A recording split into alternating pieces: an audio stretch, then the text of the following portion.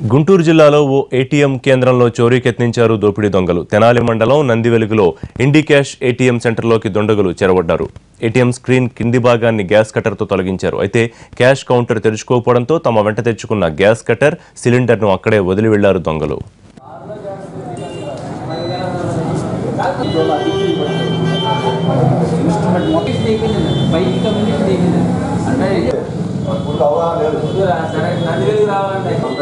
address తీరా చూస్తే మన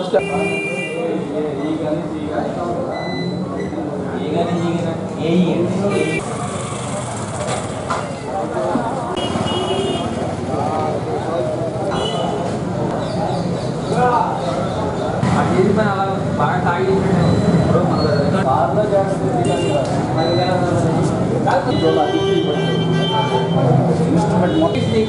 బైక్ కమ్యూనికేషన్ అంటే సరే నది రావాలంటే